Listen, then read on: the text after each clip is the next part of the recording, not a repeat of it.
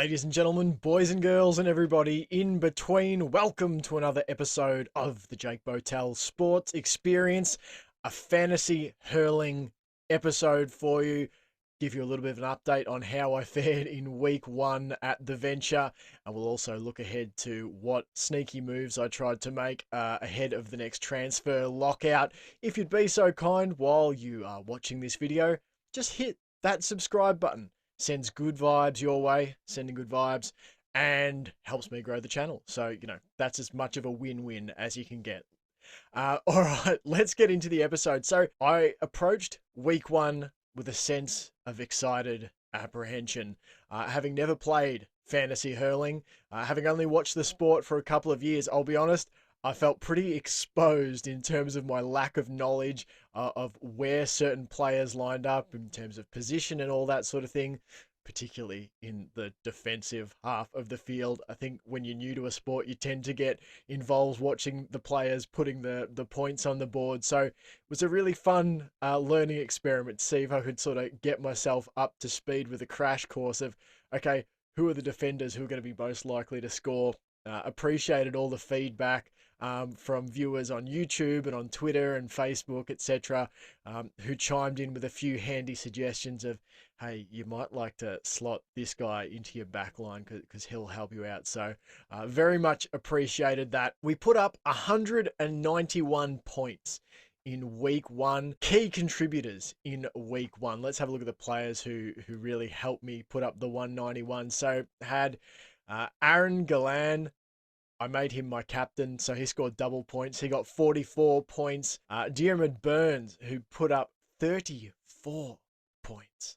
Liked that one. And Donald Burke, 36 points. They were my three key engine room players who put things up for me. So let's have a look at what players I've moved out and what players I've moved in this week so that you guys can give me the feedback of how much I've bungled it.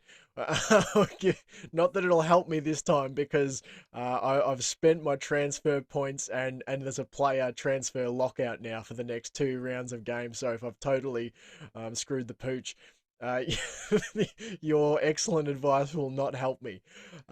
So let's have a look who I popped into the team. I was trying to find a few more scores in that back line this week. I stuck with Lyons from Waterford. I've stuck with Ronan Marr for Tipperary. I've stuck with Burke from Galway. Diarmaid Byrnes, obviously I stuck with him. And Owen O'Donnell for Dublin. I moved out Geroid McInerney and put in Connell Flood from Wexford. I wanted to get 2 Wexford players into my team. Part of doing fantasy sports, I like to be able to cheer for the players that are on my team, and I've got a bit of a soft spot for Wexford, to be honest. So I put Flood into my team. I think he scored 9 points in week one, so that would be a handy little upgrade if he can get a few points on the board for me. So I knew that Cork had the bye coming up this week and then a game the following week. So I'm only getting 1 game out of my Cork players in this section of games. So I didn't want to be carrying 2 on my team. So I've left Patrick Horgan in up forward and I've moved Dara Fitzgibbon out of the team and brought Joseph Cooney in because I've got an extra Galway player slot to use. Joseph Cooney put up some points in week one, so I've popped him into the midfield next to Diarmaid O'Keefe of Wexford. Galway don't have a bye. They've got 2 games. I think they've got Wexford this week, Kilkenny the following week. So we're going to roll with Joseph Cooney in the midfield. Owen Cody goes out and I bring in TJ Reid. I wanted TJ Reid in from the start, so I've put him in now. He's not starting as a substitute according to Kilkenny's lineup. He will start as part of the starting lineup. So I'm excited about that. So that means my lineup looks like this. I've got Brian Cody as my manager. I've got Owen Murphy in goal. Lyons, Ronan Marr, Burke, Flood, Byrnes, and O'Donnell are my backs. In the midfield, Joseph Cooney and Diarmaid O'Keefe. Up forward, Jason Ford had a quiet-ish week by his standards in week one, so I'm hoping that week 2 against Clare, he can come back and put some points on the board for me. Then you've got TJ Reid, Aaron Galan, Donald Burke, Stephen Bennett, and Patrick Horgan. So won't get any points out of Horgan this week, but I'm hoping the other 5 forwards can make up for that.